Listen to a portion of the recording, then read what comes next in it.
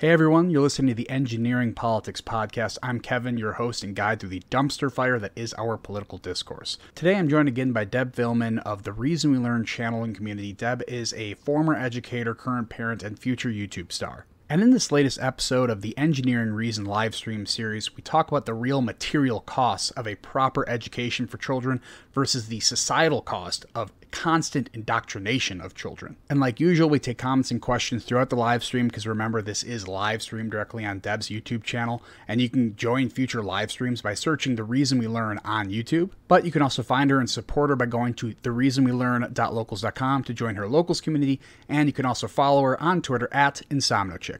And now where to find me, you guys know where to go by now. I'm on Twitter at ENG_politics. You can search me out on YouTube by searching Engineering Politics, search me out on ThinkSpot by searching Engineering Politics, and you can read my writing at medium.com by searching Engineering Politics. But the best way to support me is joining my locals community, where you can find all of my locals exclusive content, like another round of Kevin video series, and support me monthly by going to engineeringpolitics.locals.com. I really appreciate the consideration. All right, let's do this. This is the Engineering Politics Podcast.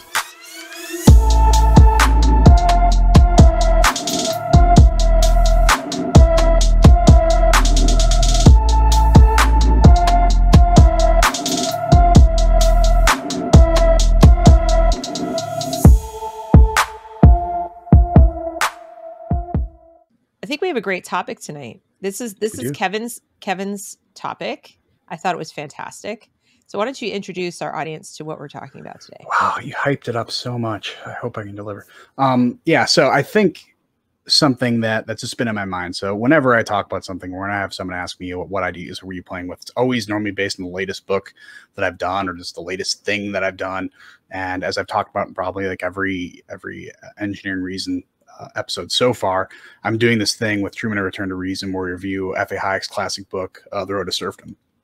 And the latest chapter was chapter 9 that covers security and freedom. So basically, it's this idea that when we start trading our freedom in for security, and it was super relevant because we got to keep relating it to COVID and all this mess right now. And actually just wrote a small piece today about how America is basically beta testing the China's social credit system right now via vaccines and mandates. And there was a really, really good piece written by Kristen Tate in The Hill today about that too. And I was surprised she didn't mention anything of COVID, but overall it was good. So, these things are going through my mind. So I'm thinking of how it applies to education. So really what I'm thinking about now is the cost of education, the cost of actually truly educating your kid versus the cost of indoctrination. So the cost of indoctrination is the cheaper route, essentially, in your out-of-pocket terms, although in reality, it's not. For those of us, certainly for those of us who have come to that realization that state-run education at this point, I'm going to start calling it that, by the way. I refuse to I don't like to call it public schools anymore, because it sounds like we the public or we the people have anything to do with it, and we really pretty much don't, except that we keep using it. But and it's compulsory, so I'm going to just keep calling it state school, and not state school like college, like state run education. If you believe that that's what it is at this point, is indoctrination in pretty much every subject area, all the way from kindergarten all the way up, then yeah, that's what your kids are getting. Your kids are getting indoctrinated, and they may or may not get a little smattering of education here and there. I've talked to people things, that's for sure. Yeah, they learn stuff. It's not like, they're not learning anything that might be remotely useful. I mean, they could still do a little math, they could do a little this, a little that. But the national report card makes it pretty clear. They're not proficient. Nationwide, we're not proficient. We're at basic. We've got maybe 70% of kids achieving at what they call basic level. For those who don't know, basic explicitly means, it sounds okay, but it explicitly means that some of the core components that you need to have learned to be proficient are missing. They're not there. And proficient is not the same as advanced. There's a whole separate category called advanced. So if you hear proficient, you say, oh, that's advanced. No, it's not. Proficient is what you and I would consider good enough, like sufficient. So here, proficient as sufficient to function. And, you know, at that age, and so we talk about 12th grade, now you're talking about 18-year-old. Do you have a sufficient education, sufficient reading skills, sufficient math skills to function as a legal adult in society? And the answer clearly, unequivocally is no. Nationwide, we do not. We have maybe 33%, give or take, proficient in math and reading and science. It's below that. It's in the 20-something%, and it's gone down. Science, we'll get to this thing because you're an engineer, right? Yep. Okay. So when we talk about the costs, I think that's where the science piece is going to be really relevant. I mean, not that math and reading aren't, but if you don't understand science, I think that might be relevant to things like you need to have a vaccine passport. Oh my God. Well, there's an advantage. I mean, you have to, you know, the Stalinist Russia understood this. There's a lot, you know, Germany in the 20th century understood this, that you have to have a basically educated population, like proficient in reading, because you have to read the propaganda. Otherwise, propaganda is basically useless. So you have to be able to teach them the base functions, but science is something like that you move from science, the study of things, to science trademark over the E, that the brand of science we want you to learn that is effectively that's scientism, right, which is something different. But you know, even the Soviets placed a high value on science the way you or I would. Even they considered it to be, you know, they would push people to achieve Nobel Prizes and things like that. That was a big source of pride. And, you know, getting Sputnik into space and things like that. They were super proud of Chernobyl and their nuclear program. It's just what did it in wasn't that it was technologically, you know, backwards. It's the bureaucracy of the system and the, you know, he did it, you know, not me. That and the, you know, trying to be on everybody's good side and being afraid to say what was really going on because you get in trouble with the party. That's what caused the Chernobyl disaster. It wasn't that they didn't know how to run a nuclear plant. You know, that they understood nuclear technology. They had some of the finest scientists in the world. So even they kind of did it. So we're not, though. We're not. Yeah. So yeah. Yeah, it's sad. But so I was researching numbers just to look at this, get a good comparison between the two. So the numbers I'm going to give you are really going to make everything you just said so much more sad. But here we go. So I looked up the numbers of public spending per pupil. This is according to World Population Review, which is confirmed by a whole bunch of other sources. But just in 2021, the newest data, or I suppose it'd be for 2020, is the K through 12 average on funding, federal and local funding per student is $14,840, and then the average spending is $12,612. Now, when we talk about spending per pupil, it varies greatly from state to state. So as an example, the highest state in per pupil spending is actually New York at $24,040. That's insane. It's almost twice as much. I think it's 90% exactly as much as the average is. And the lowest is Utah, which is $7,628 per pupil. And from my understanding, Utah seems to be a fairly well-educated state. So whatever they're doing is great. And then there's the post-secondary education, which includes universities, colleges, trade and vocational schools, the average of $15,908 in spending. And then graduate and postgraduate was an average of $33,000 in spending. So when people look at this, because there's a big talking point going around in the more leftist circles that say we're defunding, you know, we're defunding education every year. So what do you expect to happen in results in education? And that's just not true. But the fun part about data is you can manipulate it any way you want, depending on how you present it. So the way they typically present it is that 11.6% of our total public spending goes to education. The international standard of developed countries is 15%. So it's below that standard. Also, 4.96% of our GDP is spent in education, which the average of developed countries is 5.59% of their GDP. But we are the 5th highest in actual spending in US dollars. And the other thing you got to remember when we talk about spending per GDP or spending per public dollars, our military defends everyone. So there's this large chunk of military spending that we have that no one else does. And then they shame us for it until, you know, Germany does their thing once every 30 years or so. And then we gotta, sorry, Germans, but or really anyone. I mean, China, Russia. So they rely on us to defend everyone at that time. So, they'll make fun of us for spending like that until, a problem arises. But then I also researched the cost of homeschooling education, which from what I researched, the average costs go from $700 to $1,800 per student. Now, you said it can definitely be a lot higher than that, depending on what you do. You can pay for outside services, you can pay for tutors, which can get expensive, but it's actually nowhere near. When I first looked this up, I expected it to be like $4,000 or $5,000 at least per student, and this is actually a lot lower. And now, with tablets and everything like that, you have all of these online services that'll help you kind of guide through the material. Because for me, the hardest part, I think, for teaching would be like, okay, how do I develop? To me, in my head, I'm thinking, all right, it's got to be from 8 to 5 or 8 to 3, and I need to develop all the material. So that's going to take such a long time. And then you realize, oh, wait, there's services set up for this stuff. I didn't realize. But you don't have to do that, Kevin. I mean, this is Exactly. what I've been trying to tell my audience, because what you just described is the biggest misconception of homeschooling.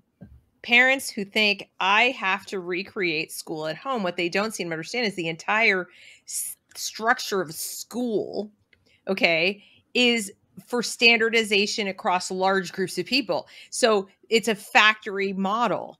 You've got little people widgets and, going through there. And I didn't come up with that. That was, I think Onar or somebody else. It might've been Philip. It might've been Onar from Locals, but that's what it is. The Prussian model is a factory sort of model, industrial type of model. And you don't need to do anything close to that. What parents who start homeschooling quickly realize, and that's usually the catalyst to becoming an evangelist for it, is when it clicks in their mind how little time it takes each day to get their kids a superior education. It's like the light bulb comes on and they go, oh my God, why did I do this years ago? This is so much easier. From everything from how much happier their children are, how much better rested they are, their behavior improves. You can even ask them to pick up their stuff around the house because they're not like, Mom, I just spent 8 hours at school and I have 3 hours of homework. You're being so mean. And I know, because I've been there, that it's a lot easier to fall back on, oh God, yeah, you're right. You have had no time. You start to feel bad for them. And then suddenly they can't boil water. They don't know how the vacuum works. They don't take out the trash. So, and those are life skills. I'm not saying we have children to be our little house servants. I'm saying these are life skills. We all start somewhere. You got to pick up after yourself. But they're spending more time in school than ever before. They are eating meals at school. School would like to monopolize even more of their time and have them from 3 years old on. And so I think parents turn that and think, that's what education is. That's what home school has to be. And it's like, no. Does your kid need to wait to use the bathroom? Does your child need to wait to get the attention of the teacher? Does it, like all of the waiting time is gone. All the transport, all the going from this room to that room, to the other room, to the outside, to the inside, all of that's gone. And if you have a child that prefers to skip breakfast or eat breakfast at 10 in the morning, and then, instead of at 7 or 6, and they, in where I live, they have it exactly backwards. Little kids tend to get up early, right? Usually little kids are like, hi, it's 6 a.m. I'm awake. Yeah. My daughter's up by 5 and just right. The little kids are like, yeah. Meanwhile, the teenagers, 11 o'clock in the morning, they're like, I'm sorry, what? It's day? So here they structured the opposite. They have the kids showing up at high school at 6:45 in the morning, and the little kids have to be at 9. Well, by 9 o'clock, the little kids are like, it's time for nap. I mean, whatever. And I don't know a teenager who's awake mentally at 6:45 in the morning. It's a rare kid that is that much of a morning person. It goes with their biorhythms. It's the age. But why did they do that? Because of the transportation schedule of the bus company. That they couldn't have so many buses on the road in my city for all the grades. So they didn't want to have one standardized school start time. They had to stagger it because it would cause too much of a backup in traffic. And they needed to also, in some cases, use the same buses. And so they just did it that way because the number of bus routes they had for high school are obviously fewer, right? Than for all the millions of elementary schools and middle schools. There are fewer high schools. So they did it the opposite. Is that good for the kids? No. When you're homeschooling, you can do it in a way that is good for you and your work schedule, for your kids, for the whole family. And maybe you're doing 2 or 3 hours a day. Maybe. And that's, I mean, like, I'm being very generous. Okay. So I think that's really, really important. So when you said, well, I'd have to come up with this and come up with that, and like, no, you just don't. You don't. Yeah. Yeah. I mean, that's why people like you are around to tell people like me what the heck to do with our kids, man. Well, it's understandable, yeah. right? It's all you know. And your kids have gone, and you think like that, well, surely they structured it this way because this is what it takes. This is what it takes to educate a first grader, second grader, whatever it is, whatever you've got. And if you're not a teacher, right? See, this is kind of bugs me about teachers. They know better, right? But if you're not a teacher, why would you know? So one of the things I tell people is schooling and education are not synonymous at all. It does not take 12 years. It does not take, 8 hours a day. It doesn't necessarily even take 9 months of the year. Most homeschoolers homeschool year round. And that doesn't mean, again, that they're all day. It just means that summer comes and they don't just abruptly stop doing the learning activities. So it's not uncommon to find homeschooled students who graduate academically anyway early, because it's arbitrary. Parents can maybe drag it out longer because they don't think their children are emotionally mature enough to be graduated. But if they're just thinking, okay, we got the diploma, we got all the credits the state requires to have a diploma, and you're only 16, okay, you can take the next 2 years to work and have a job, because you work at 16, right? So go work. You work as many hours as you want, save up a bunch of money. And then if you want to go to college, these are the opportunities that I don't think parents even think about. They just assume they're going to have their kid in the house all day till they're 18 years old. And they go, oh no, I'd kill him. I couldn't do that. And you're like, well, who said they have to be inside your house all day? Who said it had to be you? Who said any of these things? But they are picturing, I got to find a room to put a blackboard or a whiteboard or a whatever. No, you don't. Yeah. Yeah. And then, I'm researching all these costs. I'm trying to be like, okay, what's worst case scenario for someone who has to go homeschooling? And it doesn't appear like there's any, like federal tax breaks or tax credits for homeschooling. I looked at like state. It doesn't really seem like there's any for state. It's like 4 states, and the requirements for them are like weird and seem like they don't cover a lot of different people. Also, if you own a home, you're still paying property tax, which goes to like a school tax. So you're not getting out of that. And also, I mean, you do pay for anyone who sends their kid to public school. You normally do pay for, outside of just materials, you pay for other expenses for them to do field trips and stuff like that. And uniforms. I've researched, right. When I researched like $500 to $900, but that's ever growing. It seems like you made a video earlier today about partially that the expenses here are always growing. And I think we've talked about before, it seems more and more that there's always the teacher is reaching out via email to say, oh, can you send in money for more supplies or send in extra supplies? Like, okay, where is all this, $12,600 per student? Like, where is that all going to? I hope they're spending it appropriately. But, even if you do have to spend, a lot more money, and a lot more, it really depends on your situation, that is the price you pay to get your child an education. And one of the quotes that really stuck out to me that F.A. Hayek had was this one, quote, freedom can be had only at a price, and that as individuals, we must be prepared to make severe material sacrifices to preserve our freedom. So the price for proper education might come high in material costs, again, depending on your situation, but the price of allowing your kids and the next generation to be indoctrinated in public schools and by teachers' unions might cost you your liberty in the end. So we need to balance our costs in different ways. And I think we kind of forgot that. We think, oh, if we have to spend money on it, we spend, if it comes out of our bank account, then it's a bad thing. Government should be paying for it. And we don't realize it also comes out of our bank account in a different way. And that, you have to weigh the costs here. I would challenge that anyway. I mean, we talked before we came on, I've sort of come out of the closet this week. And although I think I've said it before, but not in this many words, that I'm an abolitionist. I think that public schooling is antithetical to the preservation of liberty, period. I don't think that state-run schools belong in the United States of America. If the goal, as Benjamin Franklin put it, if the goal is to preserve your liberty, if that is anything you want anymore, then they don't go together. Because as Carrie McDonald said the other day, the schools are working exactly as designed. This is what they were for. People widgets, right? Mm-hmm. So if you are so attached to the idea that, well, they took my money anyway. Well, then I have to ask you, do you have a 401k? Do you pay for private insurance? They have Social Security. They're taking it from you. Are you going to rely on that? Are you relying on that for your care in your elder years? Or do you have totally be around by the time I'm 65? Do you have an IRA? Do you have other savings? Because you should. Okay. So these are your children. I mean, let's just have a chat about that. These are your kids.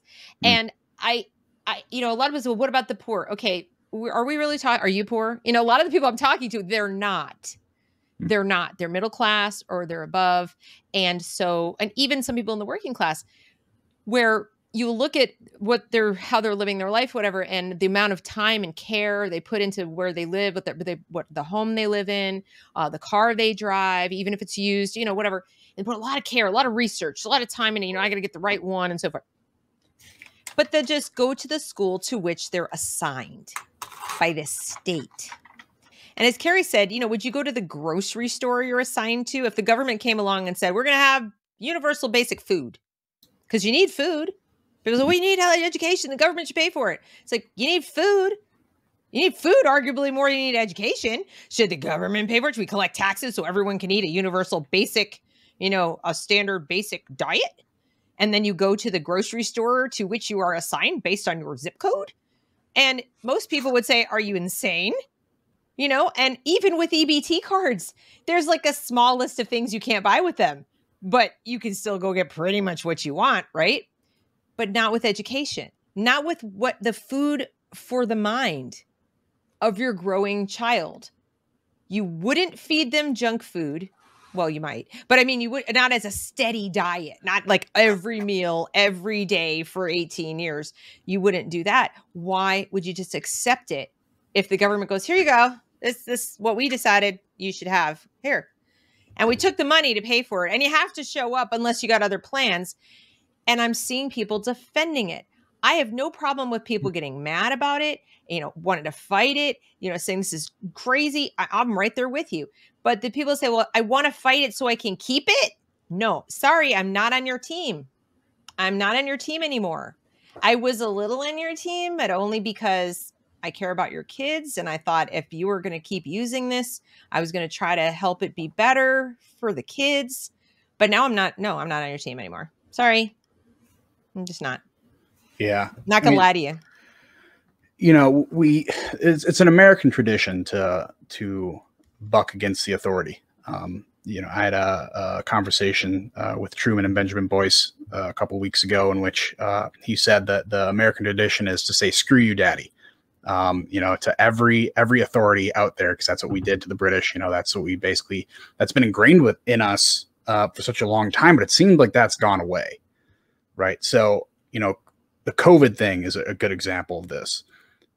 Even before COVID, the big tech censorship was also like this. We're not having people say, oh, this coercive authority, I see it there. It's red flags here, and I want to push it back. This is not what America's about. We have more and more people not only accepting the coercion, accepting censorship, whether it be from private or public, or really forced by public. You're seeing them actually advocate for it. So I think there's a huge difference there. I think if the government were to come out and say, oh, we're going to pay for your food, but you have to go to this grocery store, I think a surprisingly decent percentage of people would be like, okay, as long as you say you're paying for my food, I'm willing to do that. So I think the natural pushback against the authority of the government is getting weaker and weaker. And I think something, a catalyzing moment like COVID, even though it's something you should take seriously, it's something that has kind of shown us, like I wrote a little piece earlier, that I think a lot of the coronavirus mandates and stuff like that, especially how they're ramping back up again, is like an American beta test for the Chinese social credit system. Yeah.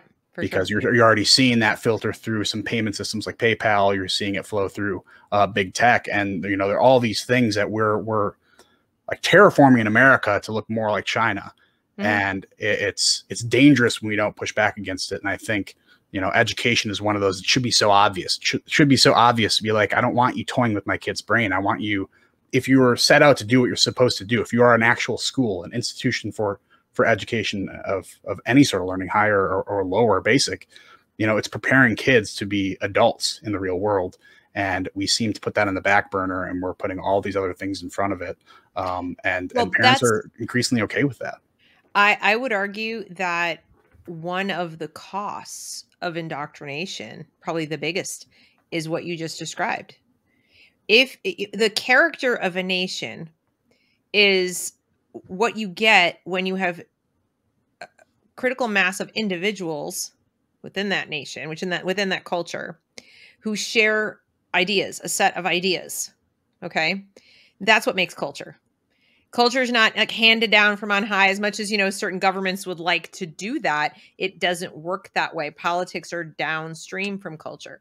So how does that work? Well, if you take a small child and you put them in a school, 5 years old, 6 years old, whatever they go into kindergarten, and the ideas they get from that very young age are consistent with being, sort of subservient to the group, or just at least, if not subservient, just like finding their place within the group. Like, how do I jockey and find my position within the group, as opposed to who am I and what do I want to become, right? As an individual. So if you downplay individualism, even if you're not overt about it, if you just upplay, and I would, as an educator, I hate that word, as a teacher, the way I would put it is, there's the little red hen and there's the rainbow fish. I don't know if you know the story Rainbow Fish. You have kids, but those of you who are watching might know Rainbow Fish. Rainbow Fish came out, I think, in the late 80s, early 90s, something like that. There's no drag queens in it? No. Okay. But it is funny. It's a rainbow fish. So I think most of us hear in the story of the little red hen, right? The little red hen asks her, roommates, they're really roommates, the dog and the mouse and the cat, who will help me plant the wheat and who will help me do all the tasks involved with getting this wheat and then baking a cake. And of course, when she's done and nobody's helped her, she eats every last crumb of the cake because she did it. And we used to read the story to our kids. We still have it. I still have a book. We read it because this was the story of personal responsibility. And if you want to eat, you got to work. That's the message of this story, right? And we used to teach character with these little stories. Then we go to rainbow fish. Rainbow fish is a beautiful fish swimming in the ocean, one of the most beautiful fish there, with these gorgeous rainbow colored, shiny scales. And rainbow fish doesn't want to share his pretty rainbow scales with the other fish. And the story never made sense to me. You rip off your own scales, you're going to die. Like it's like saying, here's a chunk of my skin. Here you go. So maybe that was the point. But he comes across different fish. And they say, oh, your scales are so beautiful, but I don't have them. And why won't you give me one? Give me one. They're not even nice about it. Like, they're not even polite. They're not even, oh gosh, I would love to have a rainbow scale. They're so beautiful. And then rainbow fish goes, here you go. I'm generous. No, it's not like that. It's like, it's not fair. And you have these pretty scales. I don't, it's kind of like that. And so this rainbow fish gets, shamed into sharing his own skin, literally, with all of the other plain, boring, not very shiny and pretty fish in the sea.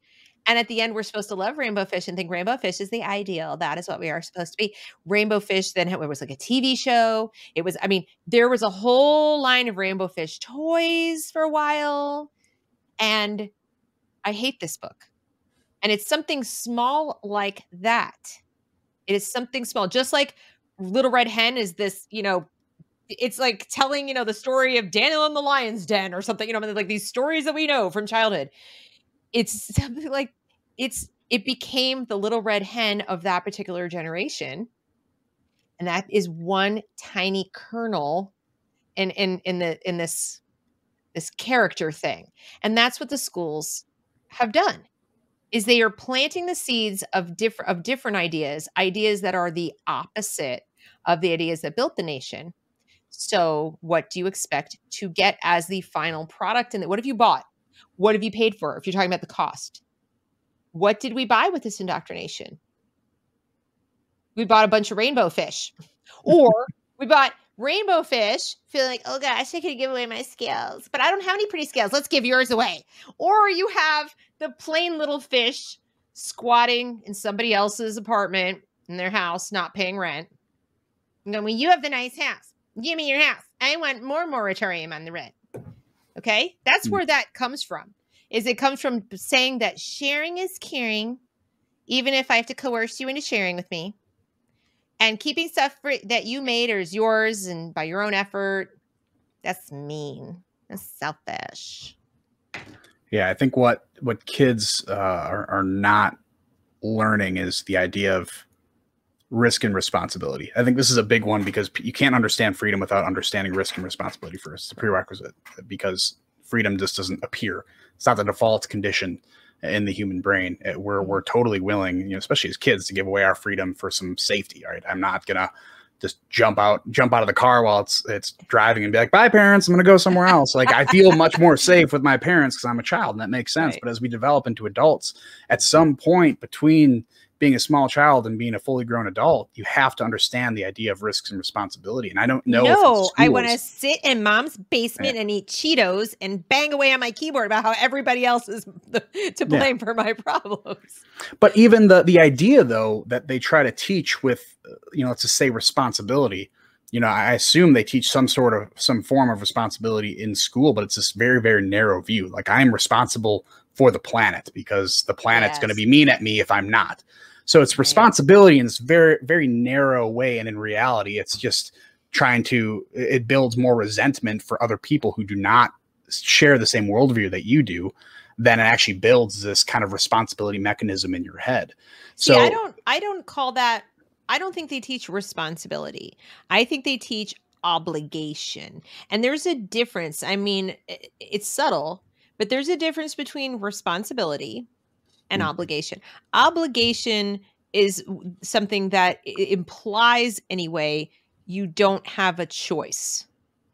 And responsibility, at least connotes, for me, I can't speak for everybody else watching, something you either have promised to do or taken on with your free will, and you are now responsible to do it, or you're responsible for it. Like, I consider myself responsible for my children because I brought them into this world. My obligation to them, I might describe in a legal sense, a moral sense, but it diminishes. It diminishes as they age, right? Because then they become capable. But my responsibility to them might be like sort of like a loyalty. I think that goes on for life, as their mom. So I think there's slightly different. They teach obligation. Whether it's you're the little white child and you're an oppressor and you need to decenter your whiteness, or, bankrupt your whiteness, or give up your privilege, whatever these things are, you were born obliged. It's like an original sin. You were born obliged to fix this thing about yourself forevermore because you can never be clean. And then on the other thing they're obligated to do is, fix the planet, and big stuff. Right all the wrongs of the past with racism, or fix the dirty planet. But nobody's telling them someday you're going to grow up and have to make a living and pay your own way. No, it's quite the opposite. They're explicitly told in school, especially in high school, that it's a worthy thing to do to go protest having to pay back school debt. That they should, before they even have to go to college, before they've paid a nickel for college, they should go and demand that it be free. So schools are teaching this. Our tax dollars are paying people to preach at our children about how bad we are. Yeah. By we, I mean people who like the little red hen. The little red hen is a bad guy in school. Yeah. And I agree with your point there. I think they fly it under the guise of responsibility, but it's not that. Like so many things now, they change the definition of words in order to meet the criteria that they want to meet. And I think they do this wide scope stuff on purpose, because if they say you're responsible for the planet, well, that's just too wide for one person to take care of. No. If you're responsible for ending systemic racism, well, that's too wide to take care of. Like all these things are just too wide in scope that no one individually, again, you're moving away from individualism and more toward the collective. You can't make these changes as an individual. And I think that's very, very intentional. And the other side of that risk and responsibility is the risk. And I think we're building an extremely risk-averse culture. I mean, we have like a Nerf culture for kids. You know, you can't have them go out. No one can have peanuts in school. No one can go outside and do any rough play at all. And it's just everything is nerfed for these kids that pushes them away from risk. And we see a lot of that happening today with COVID type stuff. Like you can't take the risk to go outside, even when vaccinated. You have to triple mask, and you have to stay 30 feet away from someone else. And it's all this, like, if you can't live, if you're too afraid to live your life, like that's not living at all. Well, and I think they're building people to be so risk averse, and that's awful, especially in a free market economy. To be risk averse is the worst thing for it. That I think we're going to begin to see, this next generation come up, and the same problem that happened in Europe, during Hayek's time, that he talks about, that the UK ended up, instead of being an exporter of culture, they became an importer of ideas. And that's when you could tell that they were done. Like they were going to cease to exist to be that world power. And I think if this keeps happening, if you move away from responsibility, if you move away from risk and become more risk averse, we're not going to be exporting our ideas anymore. We're going to be importing them. And that's when you know that your culture is dying on the deathbed. Right. Exactly. And I think the COVID example is a really good one as far as fear, but one that doesn't get enough play, doesn't get enough discussion, is interpersonal relationships. For all the talk about social emotional learning and, teaching kids to manage their emotions and all the stuff that they claim to want to do in the school, which we used to do as parents. We used to help our kids with that. I'm not saying a teacher couldn't offer some, good advice, or somebody within the school couldn't help two kids resolve a conflict. That's not what I'm saying. I'm not saying be completely hands off of anything to do with social and emotional, interaction, or even social emotional learning. There's a good way to do it, but they're using it to scrape these kids raw emotionally and have them, feel every feeling, like, it's a worthwhile endeavor to be so in touch with every single one of your feelings, especially the negative ones. Yeah. And of course we know why. It's so they can be good and angry, so they grow up to be activists. But they're trying to convince them that feelings are evidence. Correct. And I think that's a huge problem. Yes. And so we know that there's even a phenomenon that's been researched. I did a video about it months ago, where you can actually cultivate PTSD in people who have not literally themselves been traumatized. It's kind of like it's like a transference. They take on the victimization of other people through talking about their problems all the time. And they then feel it too much, like over empathize. And they see their feelings as evidence, even when it didn't happen to them. So there's nothing with their five senses that's going on, or their own personal experience. And kids who, whether they're healthy or not healthy, it almost doesn't matter. Whether they're the kid who's completely, absorbed the victimhood mentality, or the kid who has to deal with those kids, who hasn't. And I would say that my kids fit into that category. They're the ones who used to get in the car at the end of the day at school and just be like, oh, I can't take this anymore. Like these people, right? They're both hurt. There's a cost to both of them. Obviously, it's not healthy to go through life feeling like you're a victim all the time, but it creates a tremendous amount of fear and avoidance of interpersonal relationships if your impression of other people, especially your peers, is they're either going to be, like one of those people, or they're going to demand I join a group that I don't want to do, or they're going to demand to know my pronouns, or they're going to, it's a minefield. And so, and when you have a little phone, when you have this, it's a lovely little barrier Well, I don't necessarily have to actually interact with a real live breathing human face to face. I've been told my every opinion, my every utterance is worthwhile. So I can sit here sort of safely, like no one's going to punch me in the face, and I can say whatever I want to say and emote all day long, and whatever, and or ghost someone I don't want to deal with anyway. There are all kinds of things that come up where these kids, there's a cost to their ability to function as human beings, as humans existing with other humans. So what I don't like want to even deal with anymore are the people say, well, what about socialization? I'm like, what about it? That isn't what they're getting at school is a kind of a socialization that teaches them that real socializing with people you actually care about and have, similar interests with and so forth is something you aren't going to be able to have, because you have to first walk the moat full of crocodiles and then the minefield and then climb the barbed wire fence of that person's potential issues. And that's if you don't have any of your own that you've now got. And it's just too much trouble. And like I said, I see it even in my own kids who are the ones who see the victim people as like cuckoo. But that keeps them isolated. Like, oh, I'm not talking. No, I'm not going. I don't know those people. I don't know what they're probably crazy. I don't want to have anything to do with them. So they're all alone. This is one of the loneliest generations, I think, in history. And yet they have so many different ways to interact. Never mind COVID. Before COVID, that's not, the whole like, oh, mental health is hurt. It's like, yeah, mental health was hurt on top of hurt because it was already really bad. Because they've been taught that everything is terrifying. And it's not that the teachers go in and say, be afraid of your peers and you might hurt their feelings. They've taught them cognitive distortion and how to hyper feel their feelings. So they don't know how to talk to another person without second guessing everything that comes out of their mouth. Or conversely, they reason, or maybe it's not reason.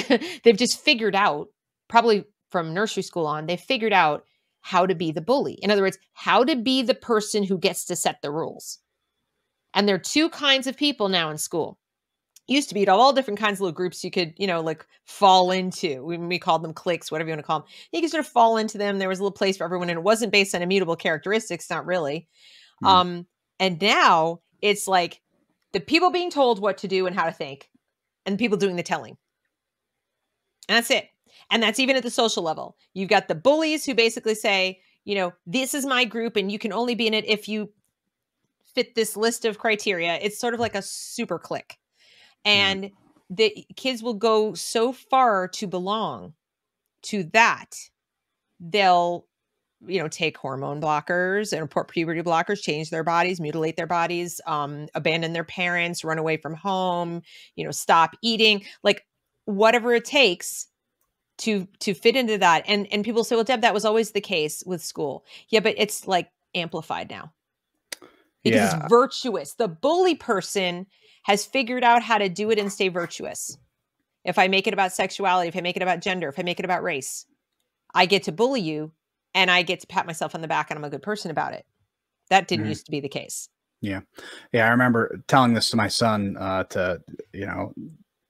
to me, the fear is always having your kids to grow up to be the bully. And that's something that I always dreaded. And what I've taught him is, growing up through school, I recognize three different kinds of people. I recognize bullies, the people who got bullied, and the people in the middle who could stop the bullying. And it's best to be that person who's in the middle, who has the ability to stop the bullying. But now it seems like, if you step in between a conflict, you're a bad person.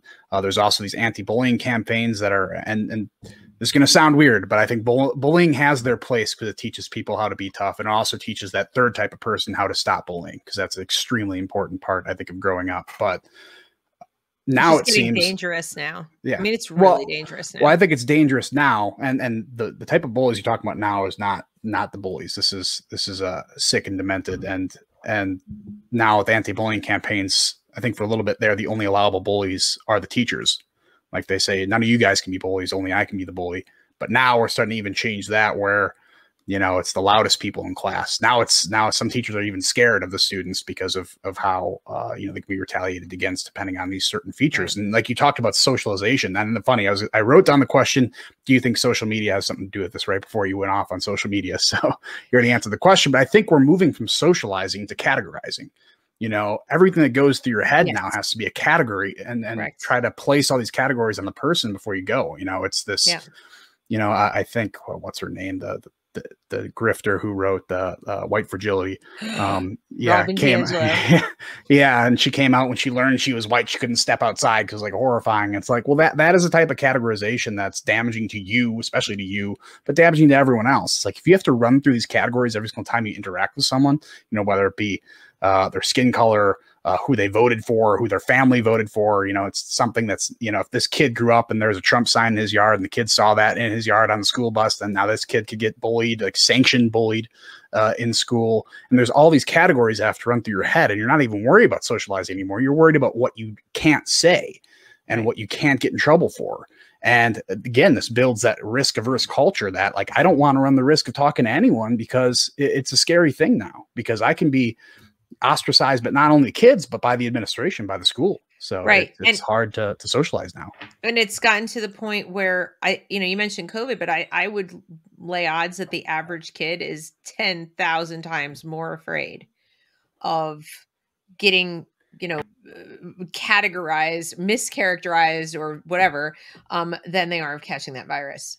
I really do. I think it's a small subset of kids who are even like, I mean, they know what's going on, but I don't think they're scared of the virus. I think they're terrified of everything else. They're scared to take off the mask, not because of the virus, but because of the virtue signal that comes with taking your mask off. Correct. And that's coming from their parents and the adults and their surroundings. The other thing they're increasingly afraid of at younger ages, it used to be like teenagers, and it was a developmental stage that you were afraid your parents were going to embarrass you. And it used to be like if you dropped your kid off at school and you went, "I love you," the kid would be like, "Mom, oh God, stop, leave me, whatever," right? But now it's, if you walk through the door, even my kids, I'd go in, for a meeting at the school or to try to talk to them about something. And my kid would be like, "Why are you here? What are you doing? Why are you at school? Who are you talking to? Why are you talking to them? What's going on? No, Mom, please, please, please don't. Mom, don't be you. Can you just not be you for a day? Can you just, please, Mom?" It's like I was my poor children. And you're caught between a rock and a hard place. And this is going to be the case for parents now who are aware. Like they've woken up, they paid attention to the virtual schooling. They went, and they said, "I'm just going to be more involved now. I'm going to go in. I'm going to ask to see things. I'm going to stay on top of this." And I'm like, "Are you now?" And you know what you're going to have sitting at your dinner table? You're going to have a petrified child. You're going to have a kid who goes, "Please don't. I'm begging you. Please don't go." Right? Now, some people say, "No, my kid is on board with it." I'm like, "Okay, great. Your kid is special. They're not the norm." Most kids are going to be like begging you to stay out of it because they're so afraid of blowback. They're so afraid of standing out and being on other people's radar.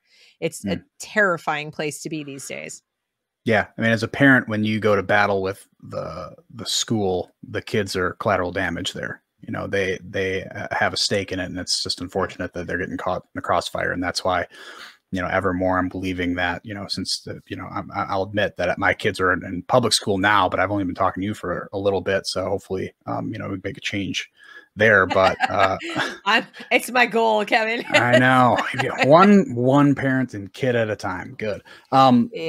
But yeah, it's difficult to get so involved that your kids can actually start to see you getting involved, and they see you being more intrusive. And again, if they can tell that you're there, the other kids can tell that you're there. And that's just one other way to ostracize them, by saying, "You're the one with the loud parent. You're the one who doesn't like our teacher, who seems really, really nice. And, we all are taught to love our teachers," and everything like that. And it's like, now you're creating this war, and the teachers unions, they don't believe that adults should be responsible for their kids, because there's some really bad adults out there. There's no such thing as a bad teacher because they work for the union. So that's impossible. But, it's this crazy, I've had crazy game. Epic. I had one epic meltdown when my kids were in the little kid elementary school, and before I moved them to a charter school, which didn't help at all. And my middle daughter was getting bullied, and they just weren't listening. And I kept going. I kept trying to resolve problems. And then my youngest started getting some grief from her teacher. And then the teacher was rude to me too, for no good reason. And it started to become this constant, battle of just to have the adults in particular, not beating up on my kids verbally, I was in there trying to talk to them. And there was, it just got so bad that when I knew they weren't going back, and I don't know if it was like the last day of school, I think it was the last day or something, and I was picking them up, and we were walking out of the building because I would park a couple blocks away because I didn't like going through carpool line. I hated it. So I'd park and I'd walk over and get them. And we're walking across the way, and there's that parent who's doing like the carpool line and going this way because somehow this helps. Somehow this does something. I'm not really sure. But anyway, so I'm walking across the thing and I couldn't help myself. I turned around and I go, goodbye, and I like to the school. And I said more than that. I said the principal's name. I was like double fisting it with my fingers. I was doing this and my kids were like, Mom, I had like a brain fart and I completely forgot that my kids were with me. I was just so happy to be walking away from that school. And all the people in carpool line were like, what the hell? And I just couldn't help it. It just all came out because I tried to keep my cool throughout all the fighting because my kids were still in the school. They still had to go there. So I didn't want to have any kind of a fight or a meltdown because then they could get in trouble. But when I knew it was over and I didn't ever have to be nice to them again, something exploded out of me and I just was like, yeah, like this. And unfortunately, I had an audience and I didn't realize it. And my kids were like, Mom, what are you doing? And I was so embarrassed, but I was like, I'm sorry. I kind of like gathered myself together and like walked down the street. But it's horrible. It just builds up in you as a parent when they talk to you like, I don't know, like you're a child. And there I am, being polite and civil and asking legitimate questions. And they're not only not remotely concerned about what I'm saying. That was the most horrifying part. I'm saying, so my daughter is getting pushed and shoved into the wall every single day. She's so anxious. She doesn't want to come into the building. She's refusing to come to school, etc. And they're like, this completely flat look on their face, like this. Like, what do you want us to do about it? That was so disturbing to me. I would have expected, gosh, really? Oh my goodness, how terrible for her. I mean, even if they were faking it. But no, it was just like, and your point, what do you want us to do about it? Or we haven't seen it. We're not aware of it. It's like going to the DMV and this is your kid's school. It shouldn't be like the DMV. No. So yeah, it's going to definitely get harder as a parent, but just imagine being a kid in the system. And it's this, I talked about risk and responsibility, teaching that to kids, but some of the adults need to begin to understand that, we treat, and I know it because this is what I did. I treat school like a free daycare. That's not what it is. That we're like, it's just kind of freeing feeling to feel like you're temporarily not responsible for your kid at some point during the day. But when you realize that they're indoctrinating them, you know that whatever the cost benefit is going to go way, way, way down. And I think that's why when I think about this now, I think about, that Ben Franklin quote that those who give up essential liberty to purchase a little temporary safety deserve neither liberty nor safety. If you think your kids are safe there, I don't think, I don't think you're getting what you think you're getting right now. And that trade-off is certainly not worth it, which is why, I compare the price, this material price of educating your kid, properly educating your kid versus the cost of that indoctrination and really losing your kid to the system. Well, and, you said something important there. You said we like the freedom of just getting a break. They're not having, and what I would say to parents is if you're contemplating leaving the system and homeschooling, the first thing you have to do is you have to be honest about yourself and your needs and your family's needs. And, go ahead and write it down. Just like I said, I hate to compare it to, buying a car or buying a house, whatever, but think of any other sort of big purchase or big investment that you make. And a car's not really investment, but you get my drift. You sit down and whether you write it down or you make a mental note of it, you go through a little inventory of priorities and costs and benefits. And you put things down like, okay, well, I don't want a high cost of maintenance. I don't want, I want it to just go. I want it to be comfortable. I want this, I want that. Well, you need to do the same thing with your child's education. Just like with the car, you know, like, well, my end goal is reliable transportation. Okay. Well, my end goal is a responsible, well-adjusted, happy child every day of their childhood, if possible. I mean, that's the goal. I mean, none of us want our kids to have a bad day. They'll have them, but we don't sit out going, you know, 20% of their days can be horrible. No, like the goal is that we strive that every day is going to be a reasonably on balance, happy day for the kid, because you get to be a child for this teeny tiny little period of your life. So that's your end goal. And then you say, okay, well, my kid's not gonna be happy if I'm not happy. Right. Mm-hmm. You know, whether it's mom or dad, if we're stressed out, if it's costing us too much money, if it's, you know, all those things, those are very real, valid concerns. You have to own that. And if you say, no, I need X amount of hours break for my kid just to continue to relate to them appropriately, or because I have to work or whatever, then okay, you put that down. And that's when you think of things like, okay, I need to find a micro school setting, or I need to think about a pod, or you know what, I probably need to find a co-op so that I can share this with other parents, so we can give each other a break. Okay. You've got to be honest with it. This isn't about being heroic. This isn't about, you will end up being a hero for your child. That will be an offshoot of this if you do this, but you're not trying to be the Martha Stewart of education. Okay. You're just trying to do, and I'm here to tell you the bar is pretty low. So that's good news. You're trying to do a better job than they're doing, for starters, and then to do the job that your child needs. Now, it's just like, you know, I used to tell people with feeding a baby, your job is to feed your child. Your job is not to breastfeed. Now, I'm a proponent of it. I think it's great. But the ultimate goal is a healthy, well-nourished child.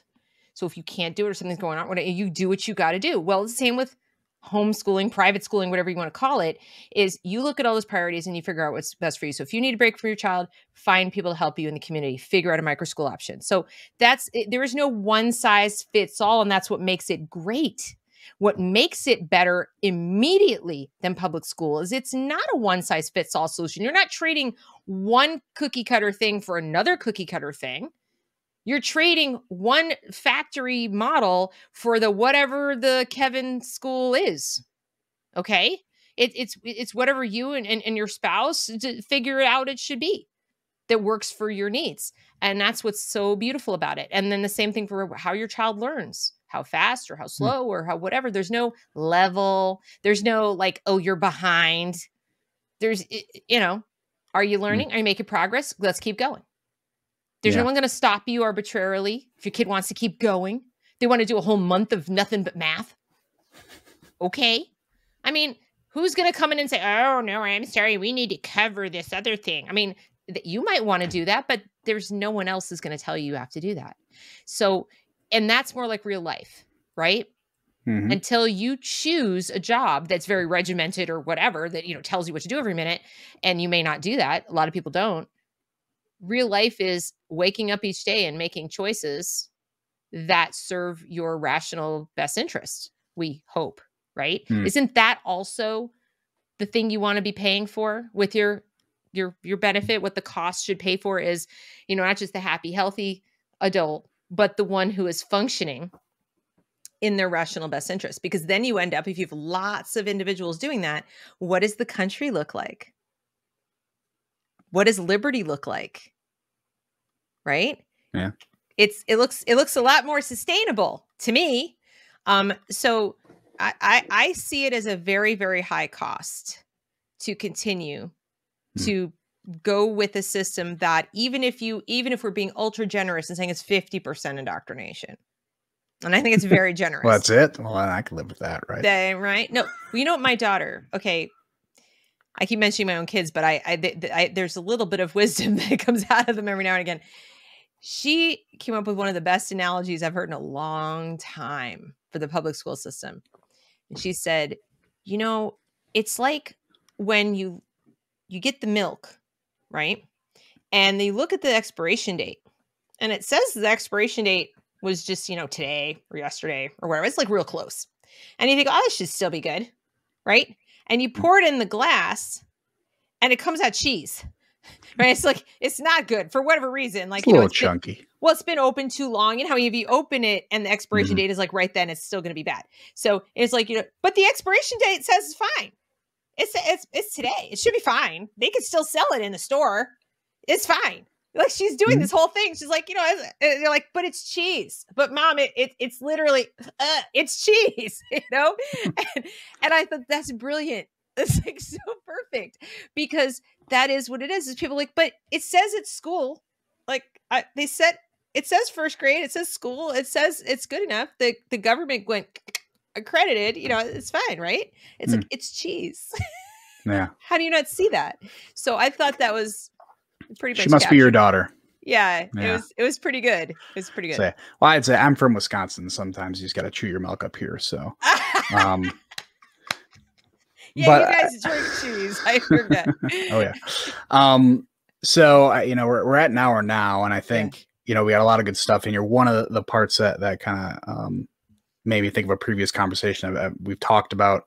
Some of the barriers for people going from a public or even private school to homeschool. We covered the costs. We covered the trade-off costs of actually getting a proper education for your kid. But another barrier there was a lot of people are afraid that their kids are not going to be as socialized when they're, off studying by themselves rather than being in school. School is an area to socialize. Well, we just covered today that socialization barrier is basically gone now. Kids are terrified to socialize in any meaningful way in school. So now, that's not even something of large concern. And at least, if they're socializing with kids, in the neighborhood or wherever they're at. And if you're friendly with the parents, so you kind of understand what you're getting there, and it's a bit better, and it's a bit more of a controlled environment that'll be healthier for them in the future. So I think that additional barrier that really, for me, the kind of the last thing, it's like, oh man, I really hope that they can, grow up a normal, healthy human being. Well, it seems like they're going to grow up more normal, more healthy, not in school, because now they don't have that socializing versus categorizing barrier that you're starting to get in these public, private, and charter schools. So true. And I was kind of glancing, as you were talking about that, the socials, something caught my eye, and I was like, wait, we got to read these comments. There's some like great stuff in here. So let's go through a couple of them, because some of these are on point. So there is, first of all, we've got a hybrid says over here, they're everywhere, and their disciplines have permeated other disciplines. I think he's talking about this: gender studies, race theory, queer theory, sexualities, masculinity, and whiteness studies. These things are what they're doing with the socialization. See, because people think socialization is about socializing, and I think that's what they really mean. Even Carrie said that. They really are asking, are your kids weird? Like, are your kids weird? And I hate that. I know that's what they're asking. And I'm thinking like, well, today, most kids are weird. There's something normal about this. Being weird is cool now. So. Yeah, it's not. So that's really what they're asking. And then this is also, I mean, he's got a few good ones. They see them as their children, which they do. Like they're their kids to mold. And then your pal says, if you have an average child, you could finish homeschool in no time. And that's absolutely correct. Whether it's in a given day, what you're going to finish, or just you don't need 12 years. You absolutely do not. In fact, compulsory school, when they started it, was like for maybe 3 years or 4 years for X hours a day. I mean, we keep expanding and expanding, and now they want to do universal preschool. So even compulsory school was not intended to be for 12 years or 13 years when they started. Most of the time in school is a complete waste. Absolutely. Then we have this: public schools only have two purposes: to promote nationalistic unity and provide daycare services. That's it. What else does the state want? You want to pull people out of the workforce, earlier and longer, and so forth. Modern schools are failing at the first objective, which was the nationalistic pride. Now, to me, nationalistic pride serves a purpose when the nation is living up to its, creed or whatever. So for example, if we were living up to our founding principles, I'd be waving my flag every single day, right?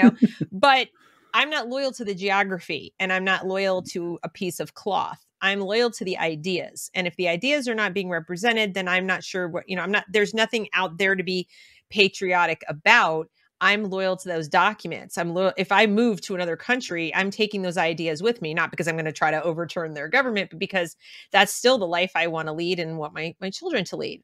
And then let's see. Then he also says, I worry less about the teachers. They're bad enough, but phones, computers, social media, and other school children are much bigger worries. Something else parents don't think about. When your kids are in a school, you have zero say in who they are socializing with and what those influences are. And when you're also being taught to like feel and emote and have empathy for every person you're friends with, this can become quite dangerous, actually. And Abigail Shire talks about this in her book, because girls, and I know we're not supposed to talk about gender, but hello, guess what? Girls are girls and boys are boys, and they do different things and think differently. And one of the things that girls are prone to, especially preteen through teen years, adolescent girls, already have a tendency to mirror their friends' emotions or to try so hard to empathize that they will literally take on what they're feeling. And so this is one explanation, she thinks, for why there's this trend, this rash of girls who sort of don't want to be girls anymore. And then like almost following, like their friends are coming out and they're coming out as trans or whatever. And when you add to that there's so much fear culture, fear of how I'm being looked at and judged and classified and sorted and so forth, it's a way to kind of like stop growing, stop moving, stop maturing, stop becoming a woman. It's already difficult to deal with all of this. So you're just like, freeze in time and not have your body change and all that kind of stuff. And instead of encouraging kids to deal with reality and accept that, this is your biological reality, and, this is what's happening, and it's a good thing, and this is good. They're encouraging the opposite. They're encouraging like, oh, you feel negative about it? Let's talk about that. So you that's don't why have a you say. See, yeah, and that's why you see, I think it was in Schreier's book, or it might have been, I forget the guy's name, When Harry Becomes Sally, that they talk about it's girls who are normally like on the spectrum, which is relatively rare compared to guys. But yeah, you already have that added distress there. And it's just at the right moment, you have this catalyst there to say, well, here's a quick fix that, is this thing that you're searching for. And it's gross how we take advantage of that. I hate to use the word because it's their word, but ableist, but schools they just are. And their definition of able is extremely narrow. So, what most people 50 years ago wouldn't actually not have referred to as special needs or anything like that. We would just been like that really smart kid, or the kid's a little quirky, or she's a tomboy, or whatever, right? We had a broader range, ironically. People talk about, oh, it's so much better now. We have such a broad range of normal. It's like, no, actually we don't. We've made normal a bad thing. And we've made this kind of nouveau conformity where if you're not weird enough, then you're too normy, then that's a bad thing.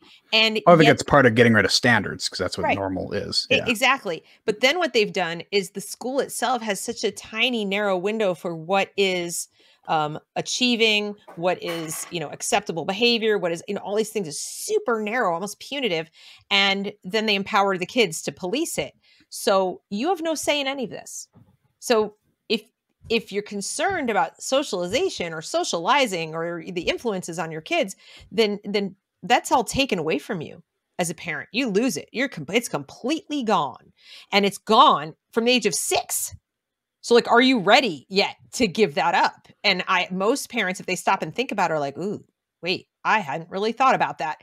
So it's something that needs to be thought about. And then let's see, there's a couple about college. You mentioned you're talking cost benefit. Mm-hmm.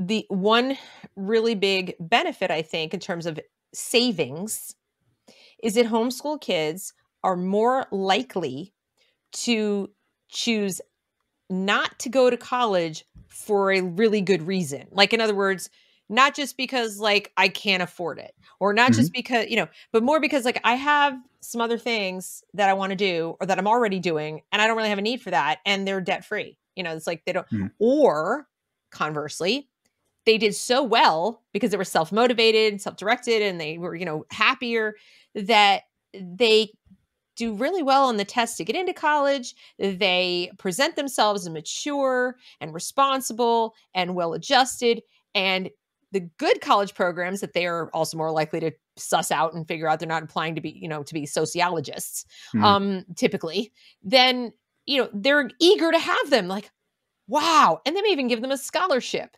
So you could save a bundle in terms of your kids launched faster, better, happier, healthier, with less debt, because they weren't indoctrinated into this kind of perpetual dependency of other adults orchestrating and everything and telling them where to go.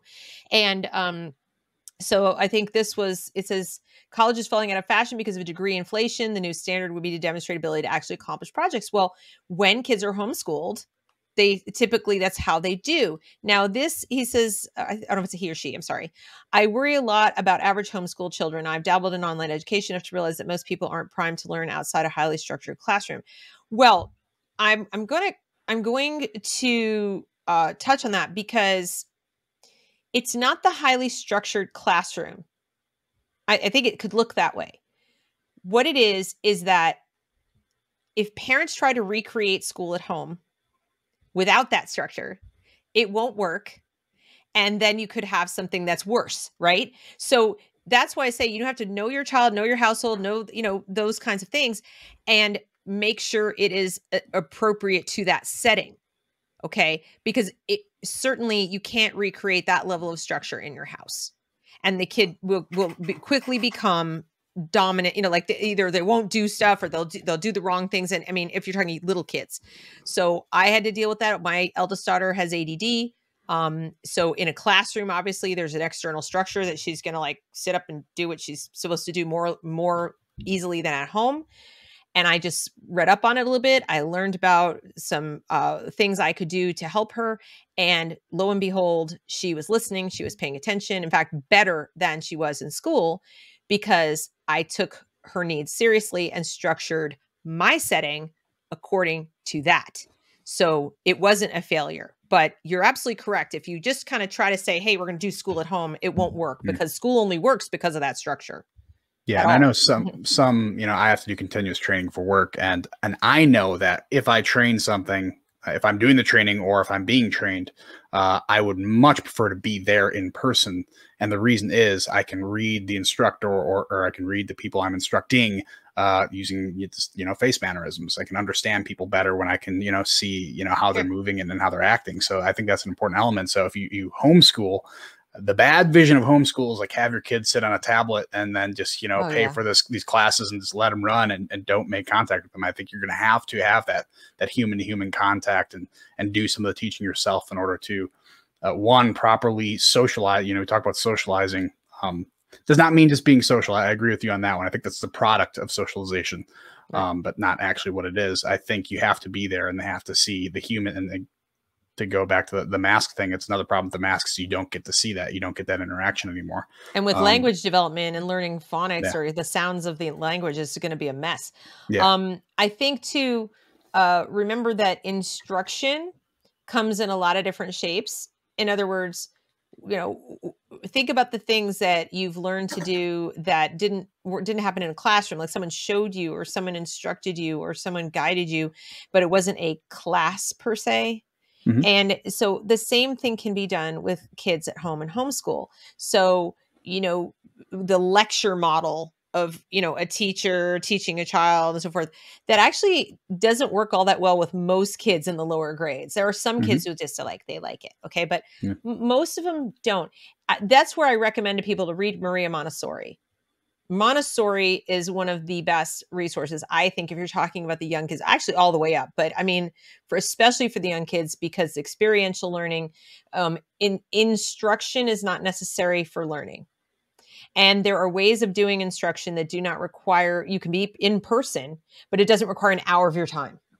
Okay. So you can, for example, instruct someone in something for 10 minutes and then let them run with it and do the thing. Okay. And then come back and just check in and so forth. And believe it or not, even in school, they do this. Even in school, they do this. And increasingly, tragically, they're not even doing that. They're just saying, here, go on your tablet and do whatever. So they're doing your worst case scenario for homeschool. They have been doing in classrooms now for years. They've got Chromebooks. They put up on the board. They go to this link and this place and this thing and do the first 3 assignments. And then the teacher's like sitting at a desk. And maybe the teacher comes around and like looks over their shoulder or whatever and goes, and then they stop. Okay, stop. We're going to talk about this. Maybe the teacher talks for 5 minutes and then it's like, all right, go do this other assignment. They do a ton of work in class, even in elementary grades, on a Chromebook. Mm-hmm. That's something else that parents were not really aware of. And I think many still aren't aware of it, that they're doing virtual, I wouldn't say virtual school. It's like a online learning in the classroom. Yeah. Yeah, I know. Well, since my daughter was only in school like half the year last year, they did have a tablet, and I think that's actually even a thing that they assign outside of COVID, so they always have one anyways. But Yeah, exactly. I mean, they have structured classes on there, and I'm at some point I'm like, what does the teacher do? She's like more of like a prison guard or a CO than she is a an I think actual you teacher. pretty much nailed it with the prison guard. Yeah. It is schools have been likened to prisons. The thing that is actually tragically most similar to prison right now is the social structure. Hmm. One of the things that characterizes prisons is, these kind of gangs, like identity groups and so forth. That's been around in prison for decades. And that is what you see in that environment. You put people in an environment where they're compelled to be there and there's no way out and they're stuck there all day and they don't have any choices. They can't even go to the bathroom without permission. And even then they're not allowed, or they're given 30 seconds to do it. It creates this kind of pack mentality. And I just think our kids deserve better. I just do. It's cheese. Yeah. I like cheese, but I want to drink it. I like to drink my cheese with a fork. Exactly. Yeah. So anyway. Yeah, that prison thing is sad. But I even think in prison, at least they understand that they had a series of actions that landed them there, and that allows them to. I mean, you have a lot of people who find meaning in prison. They either find God or they find, why they're there. But there's something about, and Hayek talks about this in his book too, about the mirage of given choices, but not actually given them. Yep. And to know that something is out of your control, something get taken away from you that's completely out of your control rather than random circumstance. And I think that's a little bit of what they get there is they feel like, I mean, they want to have some sort of structure and have some sort of external control with an adult there, but they're given this mirage of choice, and then they're being told exactly what to do. And that's not how you build responsibility. And they're being and that's also how you get, that's how you have a mental breakdown. That's how you get depressed as well. Yeah. And they're being told what to think as well. And imagine, I always ask my audience to put on their little kid hat for a moment, like just try as hard as you can to remember back to when you were 6 or 7. See if you can just like get there. And you haven't been to school yet.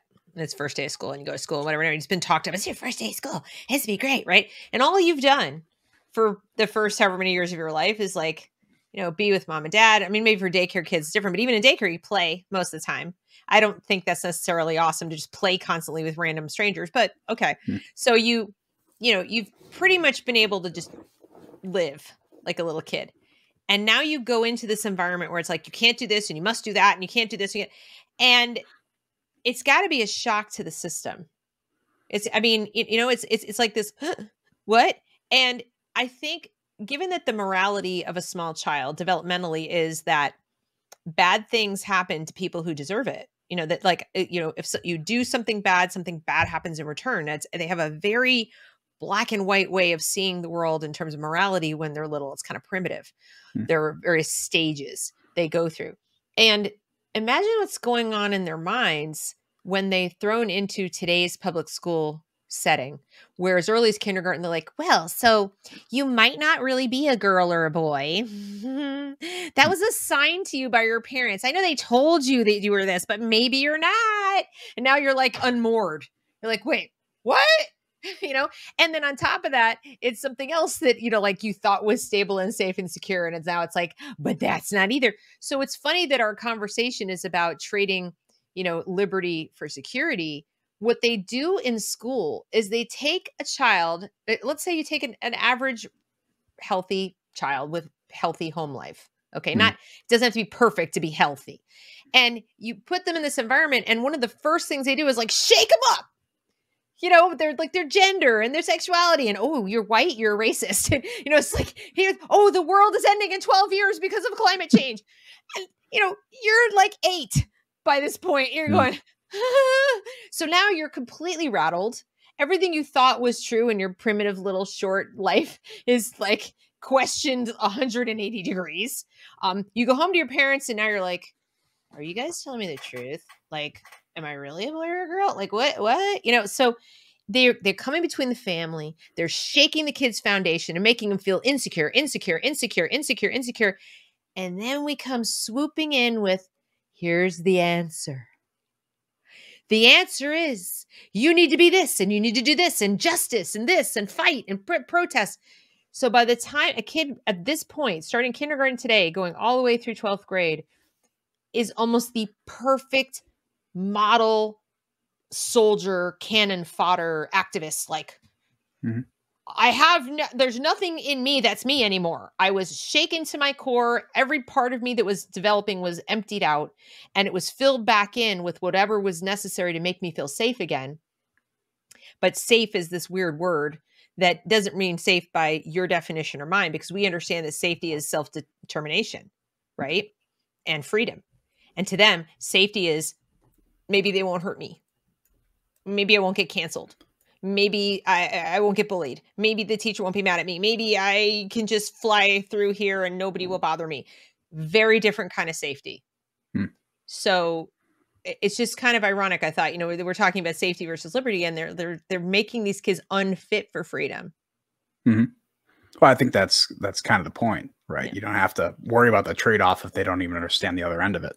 So by the time they're done with them, they would say, like, you want me to make my own? What? Yeah. What? But that's the part. I mean, the Ben Franklin quote is temporary safety.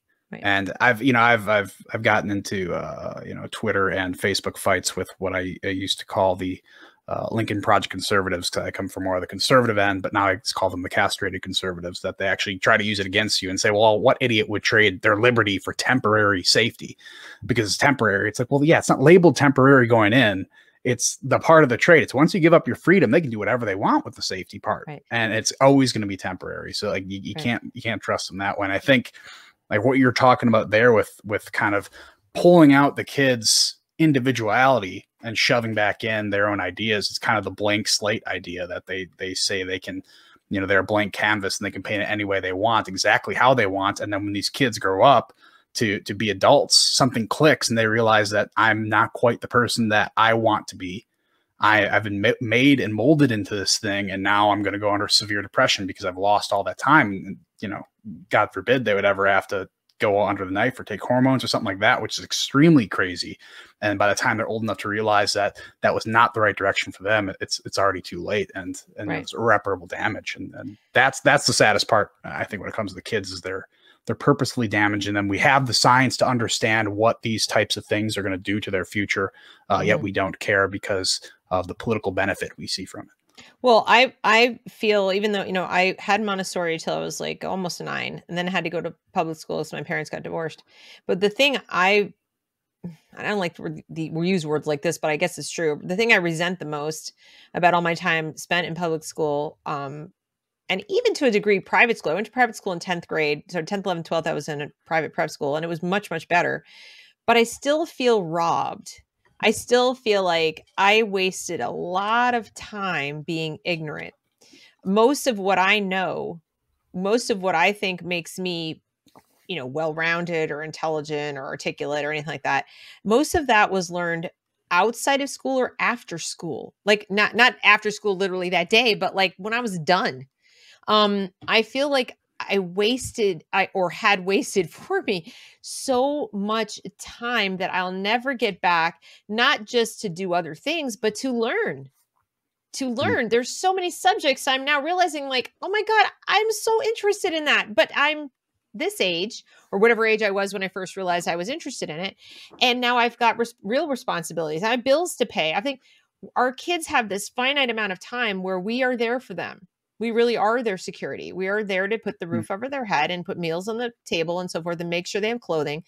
And I realize not every child has that situation. I'm speaking for the average here. But that's a gift in and of itself, in a way, and that was one of the reasons we built up the lives that we did, and before we had kids, so that we could be the responsible parents to do that.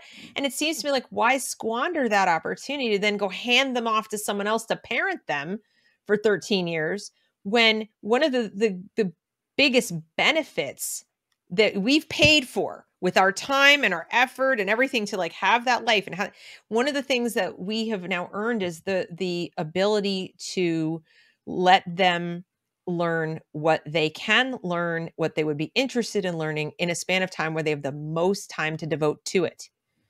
And obviously first they have to learn to read and write and all that. But let's say take a kid 6th grade average age, okay, who would at this point ought to be able to read pretty well. Think of all the subjects they could learn. Think of all the books they could read. Think of how much science they could know. Think of how many languages they could potentially speak, or how many places they could go, or sports they could play, or art projects they could do. I mean, who knows what they're interested in? But my point is, if you're wasting a bunch of time waiting in line, sitting in a room, doing this, doing that, you get out of school, 2 things. Learning to you has been painted as this drudgery, right? Mm-hmm. So you get out of school, you're like, oh my God, I'm never looking at another book again. It was how a lot of kids react. Right. And now you got to go to work. So when are you going to do it? When are you going to do it? And that's a luxury. It's a luxury when you're an adult to be able to just sit down and learn something new. Yeah. That's why most of us, either can't do it or we stay up till the wee hours of the night reading books or whatever.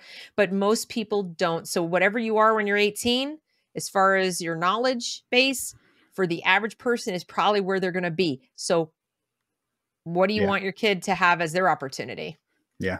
I don't think I read a book for my own personal pleasure until about age 25. And then I started like reading, because I hated reading always, because it was, I've seen some people in the comments, I believe, talking about the differences between learning girls and boys. I know boys, it was difficult for me to sit down and learn something. So reading for me was so uninteresting and not useful that I actively avoided doing it after school, unless I absolutely had to. And now, I'm reading as much as I can every day, because I do feel like there's that time wasted there.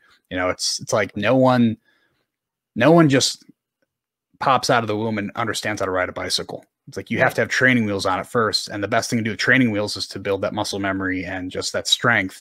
And what these kids are doing now is they have, the training wheels, but it's getting pulled behind a car, and they're not learning anything. They're just gliding along with it. And by the time you take the training wheels off, they don't have any idea what they're doing. They don't know how to stay upright. So, that window of time you have there to have on the training wheels, you use that opportunity to truly learn and figure out what you want to do. Figure out your sense of meaning. And that's being robbed of kids, certainly. And I also want to make sure people watching understand that, and this is, again, why I don't like this term homeschooling, because it makes it sound like it has to be done at home and that there's no value whatsoever to any form of schooling. And that's not true.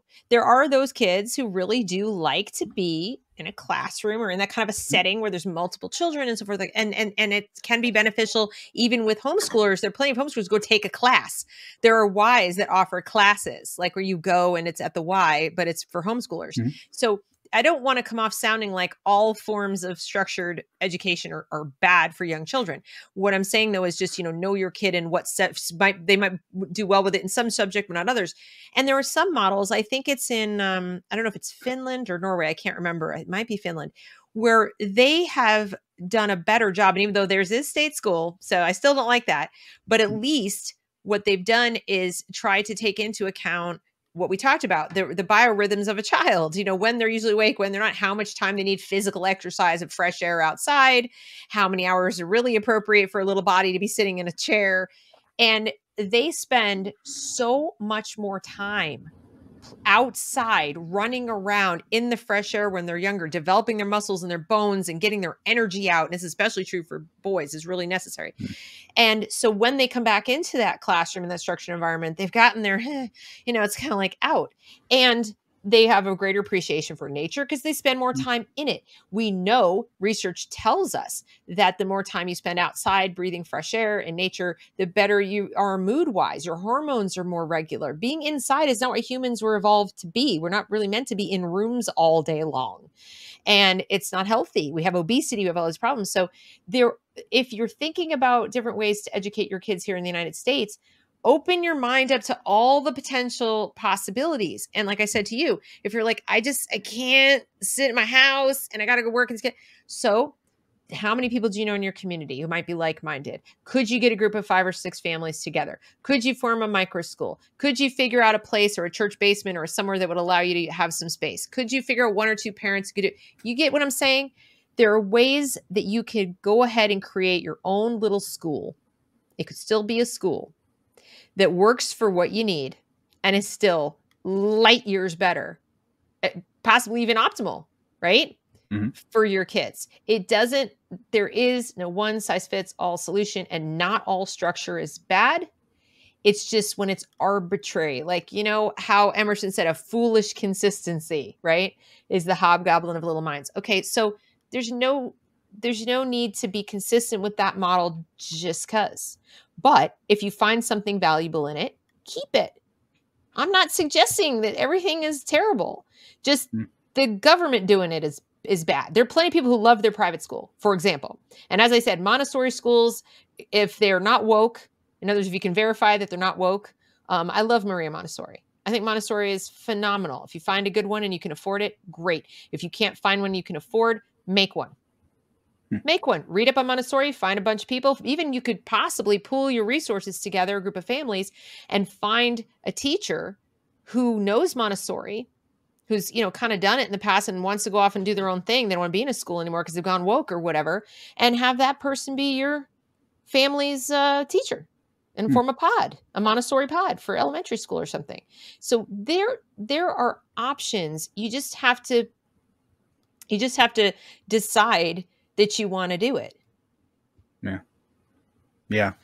And I like what you talked about. And I think you might have been talking about Norway, because I know they have a good system, but, you know, a public school education in Norway, an extremely homogeneous country, is different than a large, vast public school system in the United States. You can't, that's not an apples to apples comparison. Well, and they're not feeding them every meal, and they're not babysitting them from 6 o'clock in the morning. And there's a whole lot of things that our schools are doing that school was not supposed to do. And again, I just think the state shouldn't do it anyway, because it just grows like that. To your point, in a country like Norway or Finland, you know, you've got a tiny homogenous population. It's very, very different. We are just too, and even when it's done at the state level, people say, but it's perfectly appropriate for states to decide, as if I'm making a constitutional argument. I'm not making a constitutional argument. I don't find anywhere in the Constitution that says we're entitled or guaranteed public school, nor do I find anything in there that says we can't have it. Okay. Certainly at the state level, of course you can have it. You can decide as a state, this is what you want to offer. I just am telling you it's a bad idea. Yeah. Well, the founders would be horrified by the Department of Education. That's for sure. Yes, for sure they would. But that might as well be a state religion at that point. Right. But since they keep it a funding mechanism, they kind of skirt the edges of the constitutional question. But when it comes to, you know, the 10th Amendment allowing the states to set up a public education system, yeah, it does. What I don't think is constitutional is the compulsory aspect of it. I don't know that is, I mean, it obviously passed muster at some point. I just don't necessarily agree with it. But again, they might be saying, well, the state can do it. It's like, I don't know. I still don't know that you can compel a law-abiding taxpayer to give you custody of their child for, you know, 13 years of their life. That's why people say, well, they're going to make homeschooling illegal. Good news, folks. There's precedent. There's precedent for them not being able to do that. Now, whether it'll hold up in the courts, you know, in perpetuity, I can't say, but there is precedent. My concern there is the way they can put kind of like credentials on homeschooling per state. If they raise the bar to say, oh, you must have an accredited teacher teach them instead of, you know, doing it as a parent, I think there are ways that they're going to certainly try if you see a homeschooling trend, which I do believe you're starting to see now. The optics will be really bad, though. Yes, it will. The optics will be really bad because the percentage of Black homeschoolers has increased at a faster rate and a larger rate than white. And so just like with the vaccine passports, they will be disproportionately negatively impacting minority populations, and the optics are going to look really, really bad. They are also probably going to run afoul, if they make it too difficult, they're going to run afoul of the same precedent that, you know, they call undue burden. When, you know, one of their arguments for you shouldn't have to have an ID to vote is undue burden. Now, I disagree with it. I think they're stretching it pretty thin. Now, imagine if the same people, because it would be the same people, turn around and say, oh, you have to have a teaching degree to teach your own children. But you don't need to have an ID to vote, right? Like, I mean, And again, we live in the upside down right now. We live in a world where they can have that level of hypocrisy, and there's no journalist who's going to even cover it. It's going to be like, what? That's perfectly fine. I don't understand what there's a contradiction here. So it's a cult, and cults tend to not contradict themselves. I mean, they contradict themselves. They tend to not contradict each other. And that's what we're missing is journalism. So, I mean, I know you got to finish up. So I would say the answer to the original question of, which is more expensive, if that's the question, is I personally am on the side of it's indoctrination is massively expensive because you are literally spending your liberty. Yeah. I would say that's it. Yeah. One of those you can't get back. You can always, and I go back to the Hayek quote that you can, this freedom and liberty comes at a material cost. It might be a sizable, severe material cost, which I, bring it back. He wrote this book in 1944. Severe was a lot different then than it is now. I don't think it's going to be quite as severe, but it's the material cost you have to be comfortable with exchanging for that education, giving your kid a proper advantage of becoming an adult. And I think we undersell that idea so much because we just think kids are naturally going to become adults. Like if you just let them sit in a box for 18 years, they pop out as an adult. That's not how that works. But it might be better than putting them in public school. But, so we can't treat our kids as this automatic, like going to just grow up and be responsible and understand what to do and be able to make good informed decisions. If we just leave it up to effectively the teachers unions now, which is really what it is. Yeah. And it is the teachers union, and their incentive is not to, why would they want thinking individuals to be out there in the world? I mean, they don't have an incentive for that. Their incentive is to keep their job. Well, no union's incentive is to improve the product necessarily. It's to defend, which I'm not trying to blast all unions, although I'm not a particularly big union guy. Understand their union is meant to argue against the kids, not for them. That is its purpose. Right. So, but like I said at the outset, if we had wanted to maintain our country, free republic, then we would have been teaching our kindergartners, Locke and Hayek for that matter. And people's like, to kindergartners? I'm like, you believe it or not, if you can make the anti-racist baby board book, you can make the Hayek board book. You can make the Locke board book. You can make in fact, that's a great idea. Trademark. Why don't we have the anti-progressivism baby board book or something, the anti-racist board book?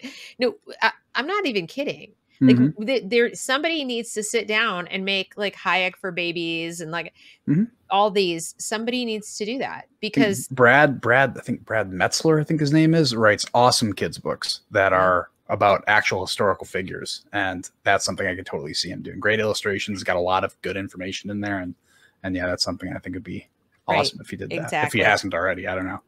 That would be great. I'll mention that to Brad Thompson, and it'll be like, why doesn't your wife do it? Right? Because she homeschooled, they homeschooled their kids. And she would have, after, when she first got started, she was a little, and he said that, but by the time they were done, she was like, I would have gone to college, med school. I would have done the whole thing. Very, very much for it. But here's somebody says, David asks, and this is there is an answer to this question. If you don't need certification to homeschool, why require certification to public school?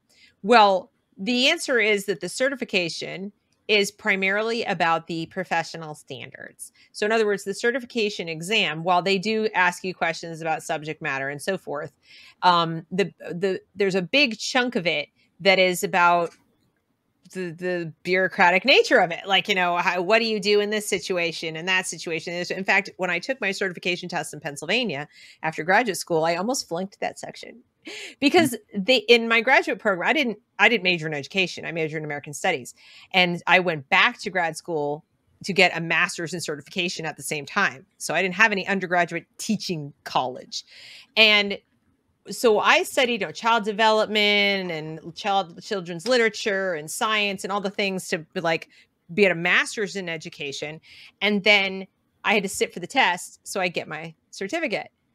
And I passed the parts that had anything to do with any kind of subject matter with flying colors. And I could have done it without the graduate degree.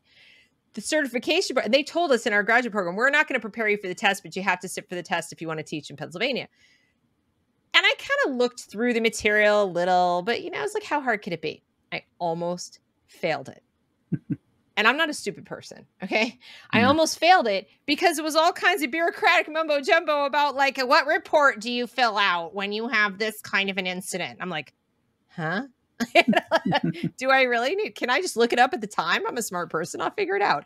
So it was largely those kinds of questions. So a lot of it is to just kind of go, you can work for the government. The same reason you take a postal worker exam, the civil servant exam. So consider the certification a kind of civil servant exam. They won't tell you that. They'll make you think it's like, oh, this person is more knowledgeable of subject matter.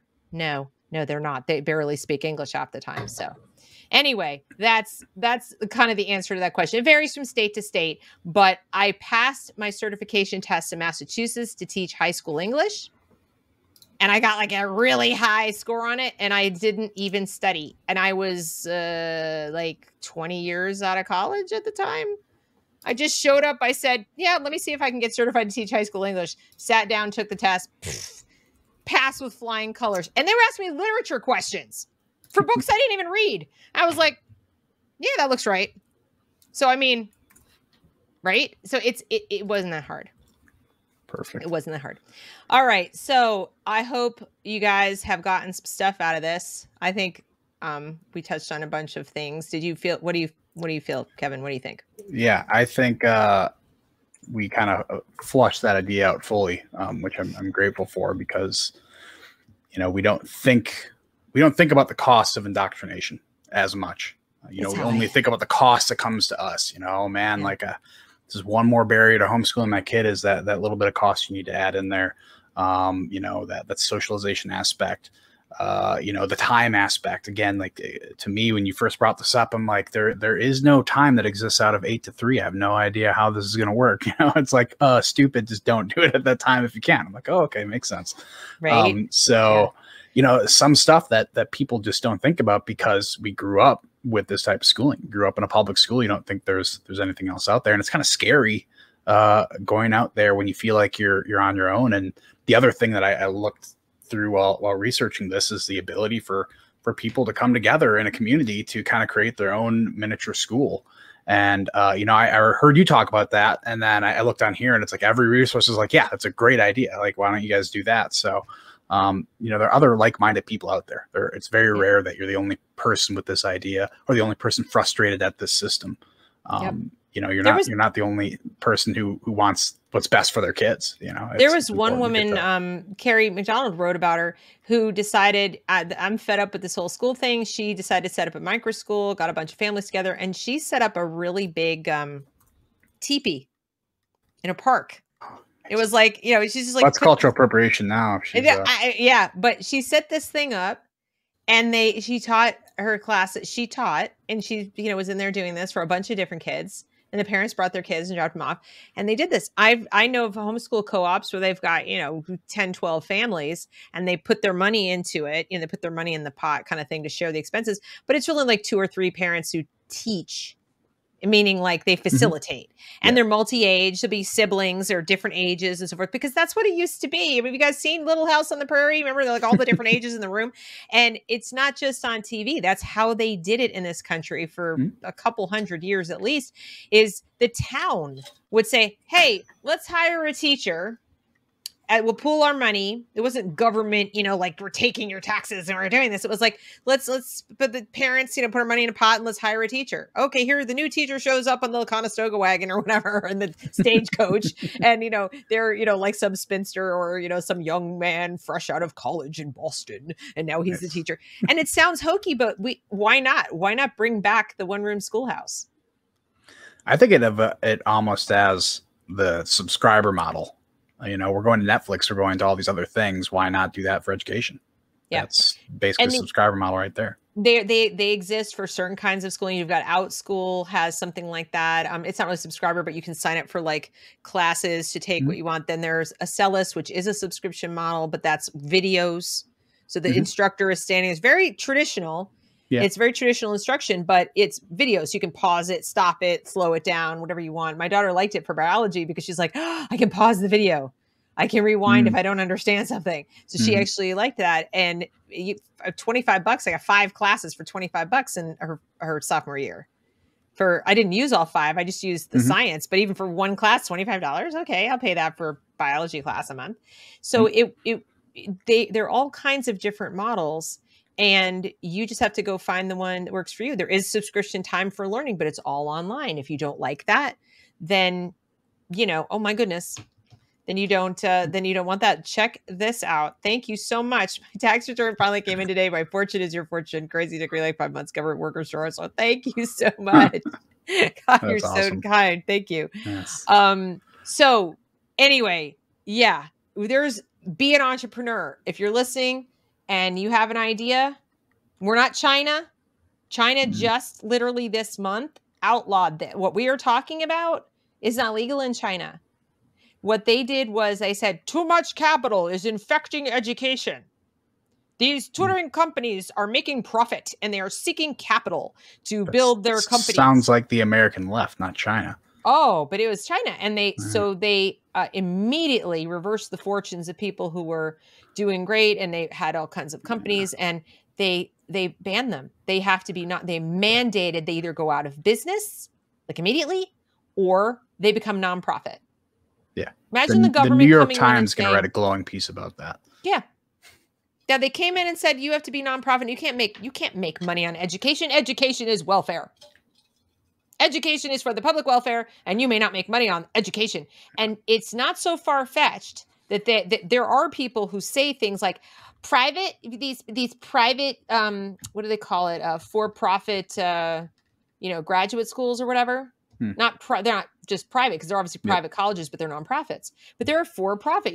I don't know if it's Phoenix or there's a few universities, and they say, "Oh, that's terrible, for-profit college." And I'm like, "Why is it terrible?"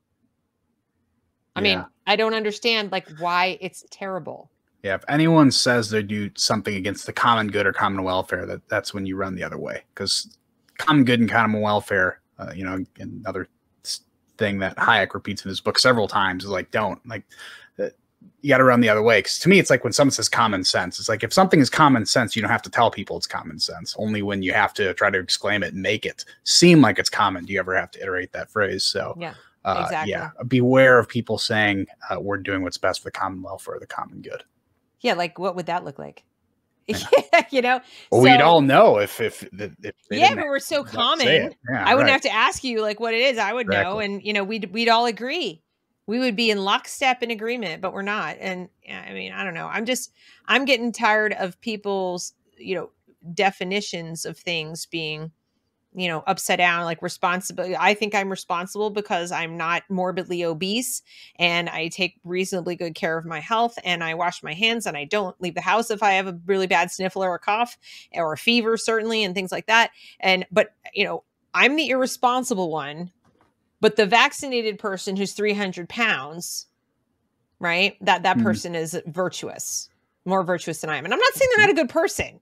I'm just saying that right now, the state and a lot of my neighbors and people like that would look at me and say, "Oh, you terrible, selfish, horrible person." But the person who's squatting in someone else's home for the past year, not paying rent, not because they can't, but because they refuse to, they refuse to do it. That person is somehow okay. We don't have to have a national conversation about the mentality of people who would just squat in someone else's home and not pay their bills because they don't have to.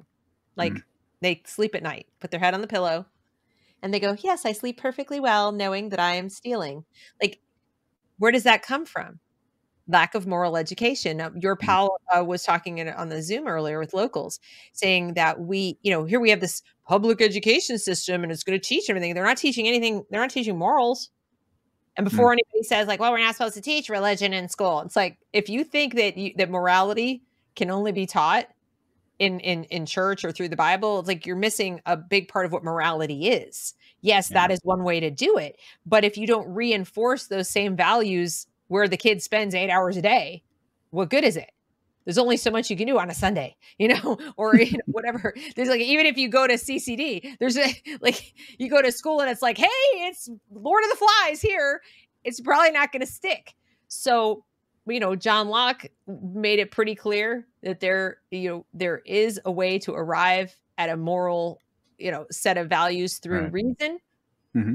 And all of our founders did as well, which is how they came up with the idea of a secular nation that would still be virtuous. And we just lost it. We just stopped teaching it. Yeah. Yeah. I think our opinions on this could diverge there a little bit, coming from the more religious side. But yeah, I get what you mean. On that one, for sure. And because of that, I will say, I understand where you're coming from, but I would say also, because I think you would love it, is read this book. Everyone should read this book anyway. America's Revolutionary Mind, A Moral History of the American Revolution and the Declaration that Defined It. And I will be interviewing him on Friday, by the way. Oh, really? Yes. And not just, it's Bradley Thompson. Oh. Brad Thompson. Oh. Okay. He heads up the Center for the Study of Capitalism at Clemson. And he's an author of many books, actually. He's written many books, historical books. There's going to be a follow-up to this about America's constitutional mind. It's excellent. And there's also an audiobook for it as well, if you are an audiobook fan.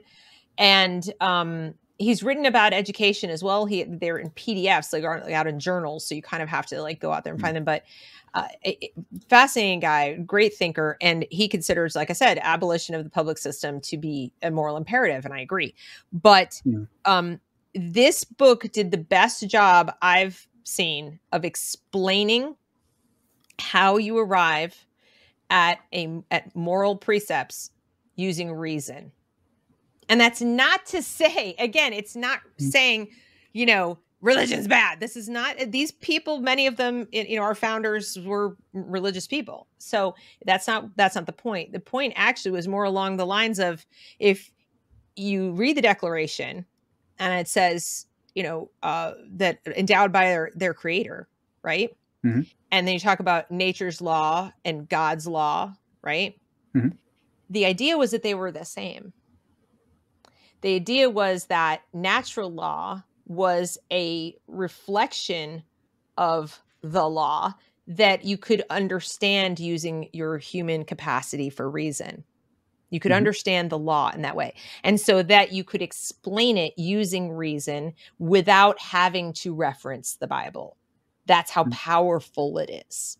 So I think if people look at it that way, instead of as a rejection, it's more of like a symbiosis. It's easier to understand. And you may or may not be a believer in that scenario, but that's how powerful natural law is. Now, obviously, a person of faith says that's because God created it, right? And a person who's not says safety net or whatever. Yeah. Whatever they say. So yeah. I don't think reason and religion diverge anywhere near as much as people say it is. But right. So, and but that we were a Lockean society, and we stopped being that. Yeah. Somewhere in probably I don't know, where would I put it? I mean, early to mid 19th. No, early to mid 19th century already. Pretty early. Tragically. I mean, you got once you get the progressives coming in, which is just a different religion. Dewey, all that kind of stuff. I mean, it was already the beginning of the end. And even the founders were skeptical that we would be able to keep it up. They were hopeful, but pessimistic. So, anyway, anyhow, this was fun. Yeah. This is a really good one. I always enjoy our conversations. So I guess we'll see you guys next month, I suppose. For sure. Yeah. We usually do one of these for those who are new to this. Here's how this goes. So this has just appeared live, and you, the lucky ones who attended, got to join us live and throw your questions out there. But Kevin's going to go and throw it up as a podcast for people who like to listen. So if you came late, or you prefer to listen to things, or someone who might be interested in this, but they're not a video watcher, you are going to want to go to Engineering Politics YouTube channel and grab the podcast, or better yet, head on over to Kevin's locals community, and that is engineeringpolitics.locals.com. and you can join that community. You can read Kevin's writings, and I think you post the podcast there too as well, right? Yep, I host all media content there as well. Right. Yeah. So all his media content, his own videos. He's got the Road to Serfdom videos, which you're going to want to check out, and also the interview with Benjamin Boyce. Lots of great content over there. And then there'll be some clips as well. So, we do one of these a month, and then Kevin runs with it and breaks it up into wonderful sub content, basically, that you can check out and share with all your friends. And you should, because it's awesome. Anyway, but thank you we guys. definitely get some good sound bites out of there. And also just, obviously you're here, so you know where to find Deb, but make sure to join the Reason We Learn .locals.com community, because that's also a great community there as well. Thank you. And yeah. All right. So thank you guys for coming, and we will see you next time. All right, there it is. I hope you enjoyed that conversation. I know I did. Make sure to support Deb and join the Reason We Learn Locals community at thereasonwelearn.locals.com. Give her a follow on Twitter at InsomniaChick, and make sure to subscribe to her YouTube channel by searching The Reason We Learn on YouTube to catch future live streams. And as for me, you can catch me on Twitter at ENG_politics. You can search me out on YouTube, Medium for written stuff, and ThinkSpot by searching Engineering Politics in all those platforms. And make sure to show me some support and follow me to get my newest content, my newest ideas, and engage with the community by going to engineeringpolitics.locals.com. I'd really appreciate you joining the community, because it's a good time and it's the best way to find my new stuff and interact with me. I appreciate your consideration. Let's build a community together. Thank you for listening. This is the Engineering Politics Podcast.